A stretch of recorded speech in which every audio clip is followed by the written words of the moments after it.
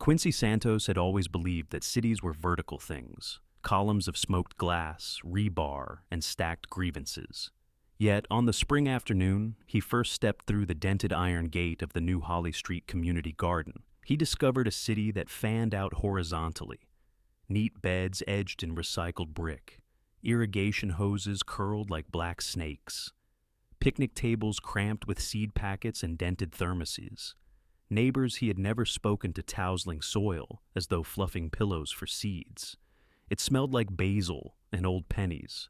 Quincy inhaled, then exhaled a decade of stale apartment air. He had come because his probation officer said volunteering would look good. What he found, instead of redemption paperwork, was a willowy woman wearing mud-caked engineer boots and a sun hat woven from police tape. "You must be Quincy," she said, as if he had been expected long before his petty theft detour through life. Her name was Dr. Leonor Bryce. She taught urban ecology at the community college, but her voice carried none of the polite caution Quincy expected from academics. It lunged straight at him, full of roots and weather. "We're planting hope here," she announced, handing him a shovel whose handle was wrapped in lavender ribbon. "Hope needs holes, so start digging." He trudged to the plot assigned to him, a rectangle framed by broken headstones repurposed as border markers. The garden committee had found them beneath the topsoil when they first cleared the lot. No one knew why a cemetery had been erased from municipal maps, but the city had signed a quick indemnity waiver and looked away. A small plaque at the entrance now read, "We remember that which was forgotten." Below it, someone had scratched with a key, "And we write what grows." Quincy jabbed the shovel into soil that felt surprisingly light, as though the earth were aerated by secrets. On his third plunge, the blade hit something soft, yet resistant. He knelt and unearthed a clump of bulbous roots marbled with crimson streaks. They throbbed faintly, like tiny hearts encased in clay. When he sliced one open with his pocket knife, a viscous sap oozed out and hissed on contact with air. Startled, he glanced around. Dr. Bryce was explaining compost ratios to an elderly man. The others were too busy cooing over seedlings to notice. Quincy reburied the roots, uneasy. By sundown, the garden looked less like an abandoned lot and more like a quilt of intentions. Quincy left with dirt under his nails and the sensation of being watched by something older than the neighborhood. During the following weeks, Quincy returned every evening after his shift at the auto glass shop. He watered the radishes he'd planted, weeded between the tomato vines, and kept an eye on the gravestone borders, half expecting skeletons to claw out. Nothing surfaced, except, gradually, a peculiar species he didn't recall anyone sowing. Their leaves were lance-shaped, a glossy obsidian that reflected streetlight halos after dusk. The stems coiled like green serpents, and the blossoms, if they could be called that, resembled chalices rimmed with translucent teeth. The first to notice their appetite was Miss Dorothy Chan, a retired school bus driver whose laugh sounded like an idling engine. She arrived one foggy morning to find several of the black blossoms gaping around the shredded remains of her grocery cart's canvas bag. Later that afternoon, a trio of teenagers wandered by and spouted graffiti jokes about the garden. The plants swiveled their chalices, and the boys fled as though slapped by invisible hands. Word on the block declared the garden haunted. Quincy approached Dr. Bryce. They stood beside bed 7, where Swiss chard glittered like stained glass under dew. "Those new plants," he said, trying to sound casual. "Are they safe?" She studied him through tinted goggles smeared with soil. "Define safe." "They eat things." "They eat despair," she corrected. "And despair often clings to objects, broken carts, spray cans, insults. We're saturated with it out here. The plants are hungry recyclers." Quincy waited for her to laugh. She didn't. Dr. Bryce knelt, parted 2 glossy leaves, and revealed a tiny skeletal hand, no bigger than a doll's, cradled against the stem. It wasn't metal or plastic. Its brittle whiteness shone like memory calcified. "Don't freak out," she said. "It's only a relic. Cemeteries feed roots. Roots feed innovations." He did not freak out, exactly. But that night he dreamed of the city's foundations riddled with phantom gardens, each blooming from forgotten grief and nibbling at the edges of apartment blocks. The garden's fame spread. People came, both wary and hopeful, to unload what burdened them. A single mother placed delinquent bills around one carnivorous stalk. The plant slurped them in and unfurled a perfume plume that smelled of lemon birthday cake. A veteran left on a bench a journal containing drawings of roadside bombs. By afternoon, the book was gone, mysteriously composted, and in its place erupted a shoot bearing blossoms that glimmered like bronze medals. Even the neighborhood stray, a three-legged pit bull named Bolo, curled beside the plants on gloomy days and limped away lighter on his remaining paws.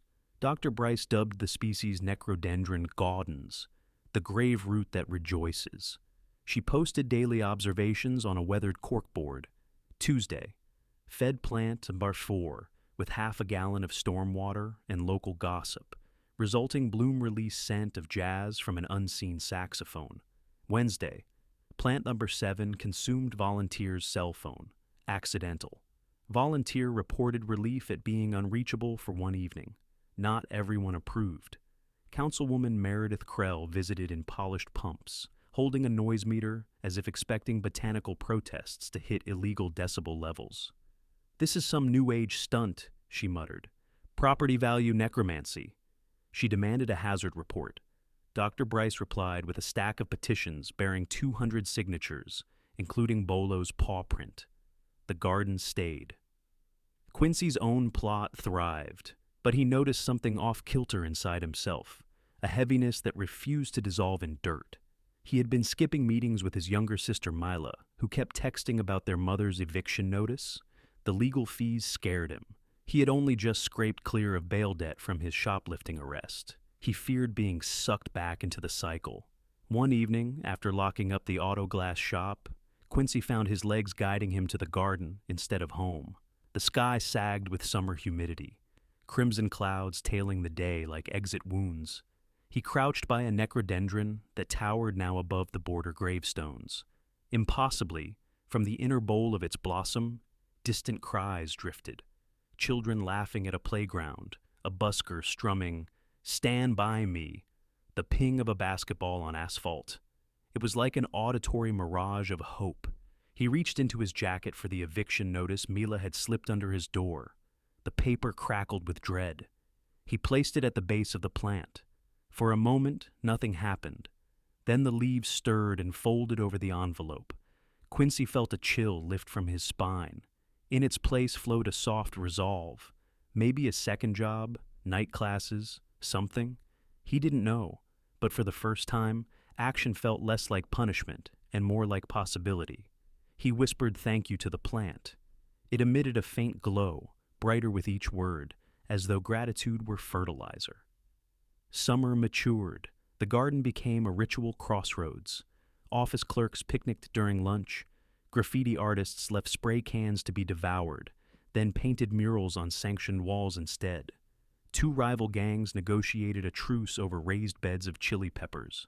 The necrodendrons, once menacing, were celebrated as confessional priests in vegetable disguise.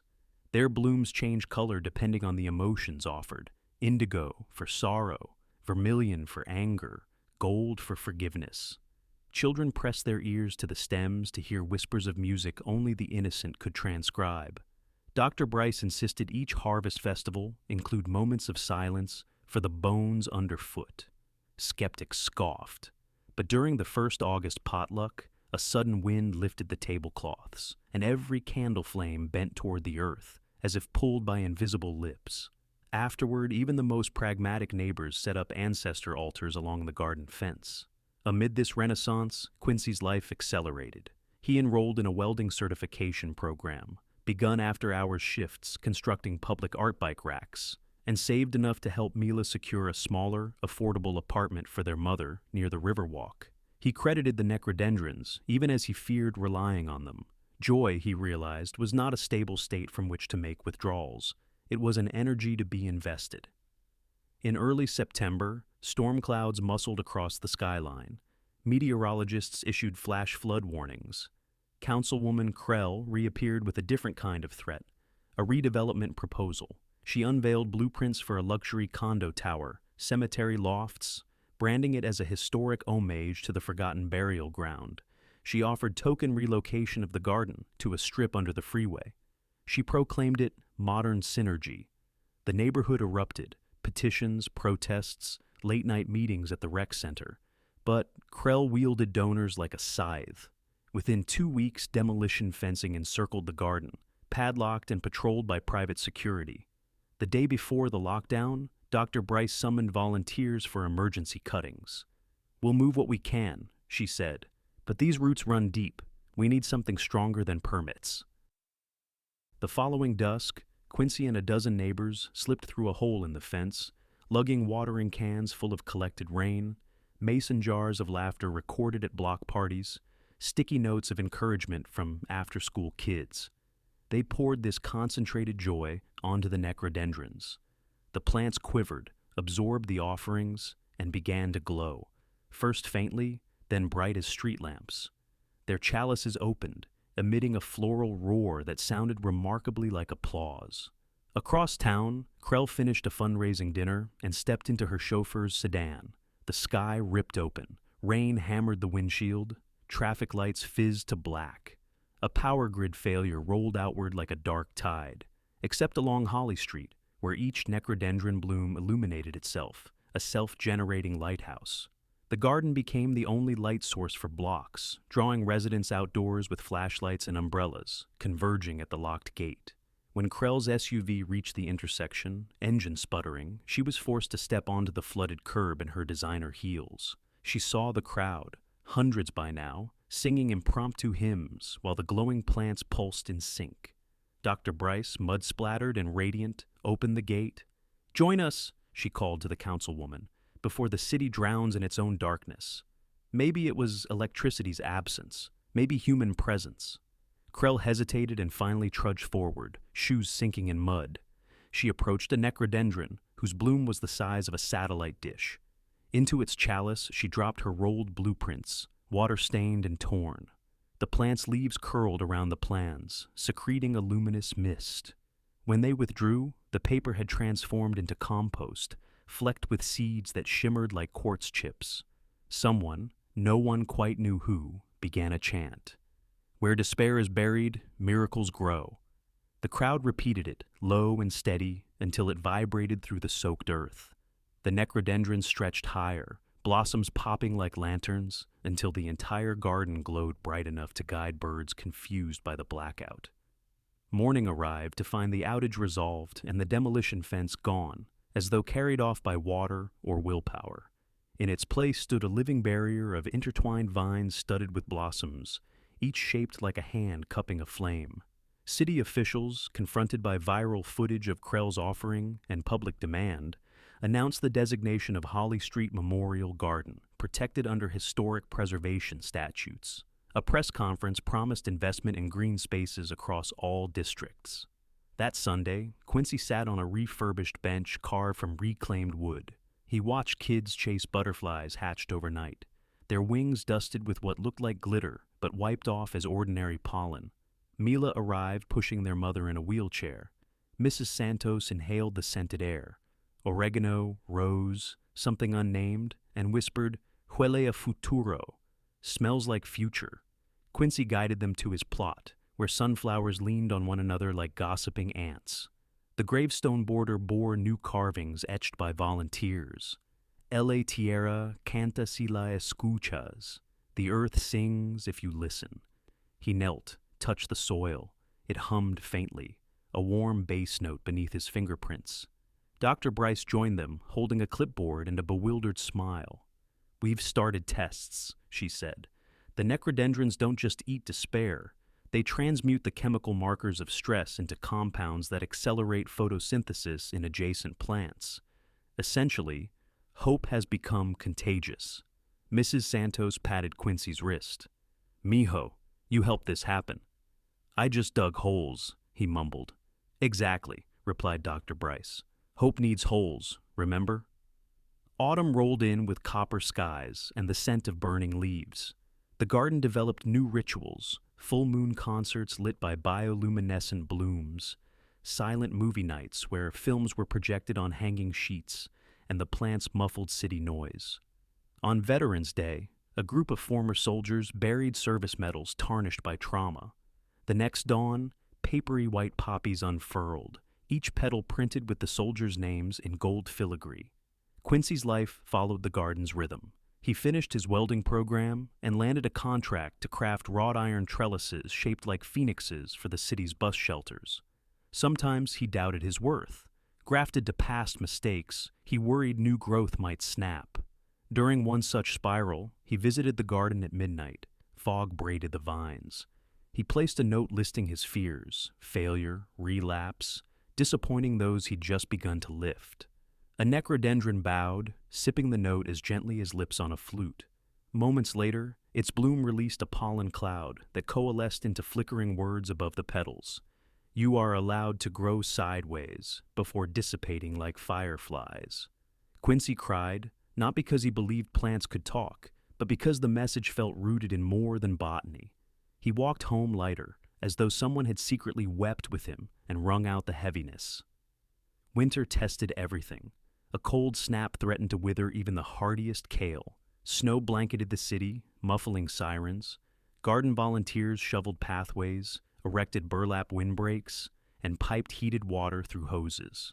Still, some necrodendrons browned at the edges, their chalices drooping like closed umbrellas. Dr. Bryce looked worried.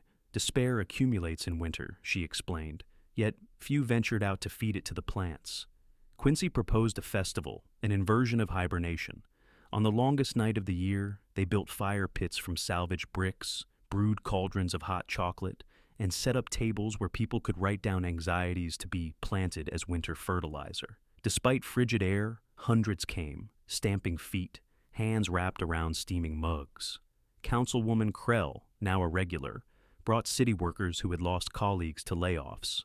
A poet recited verses about streetlights as guardian angels. A DJ looped drum beats recorded from rainwater barrels. At midnight, everyone placed their folded grievances into the soil. The necrodendrons absorbed them in silence. For heart-snatching minutes, nothing happened. Then each plant released a single bell-like chime, and tiny buds peeked through snow, green sparks against white oblivion. Miracles are stubborn, Dr. Bryce declared, voice hoarse with cold and awe. Spring returned on cue, arrogant and lavish. The necrodendrons multiplied overnight, weaving through chain link, scaling lampposts, even sprouting in neglected planter boxes downtown. Yet, they never invaded. They healed. Reports surfaced of office workers finding a single black leaf on their desk after a tough day, immediately followed by unexpected promotions or reconciled friendships. City buses sprouted window boxes of herbs. Graffiti tags in back alleys evolved into murals depicting hands exchanging seeds. Scientists visited from universities, eager to patent. They left with soil samples but found replication difficult. Lab tests confirmed unusual enzymes, but when transplanted into sterile pots, the plants refused to thrive. Dr. Bryce delivered the simplest conclusion. They require community as nutrient. The city listened. Vacant lots became gardens. Derelict malls hosted indoor orchards. Instead of tearing down the old prison, architects converted it into a greenhouse university where former inmates taught botany. Holly Street Garden remained the nucleus, its necrodendrons towering like benevolent hydras with lantern heads. One afternoon, Quincy lounged beneath a canopy of vines, sketching designs for a pedestrian bridge shaped like interlocking hands. He looked up to see the first necrodendron he had ever noticed, the one that pioneered his courage, swaying. Its bloom split, releasing a cascade of iridescent seeds. They drifted onto his sketch pad, illuminating the page. One seed landed in his palm, pulsing gently. He thought about where to plant it. Maybe the median strip outside the auto glass shop, or the cramped rooftop of his mother's building. He recognized that the decision mattered less than the intention. Despair was everywhere, but so was the capacity for joy, recycled through any willing patch of earth. Quincy closed his fist around the seed. The city no longer felt purely vertical or horizontal. It felt dimensional. Roots beneath sidewalks, vines cloaking skyscrapers, blossoms trading secrets with clouds. A place where forgotten bones gave rise to carnivorous hope, where joy was not escape from despair, but its alchemical partner. He stood, brushed soil from his jeans, and walked toward the exit, humming a tune that seemed to originate from the plants themselves, a lullaby for grief, an anthem for growth. Wherever he decided to sow the seed, he knew the garden would follow, fed by the oldest hunger and the freshest promise.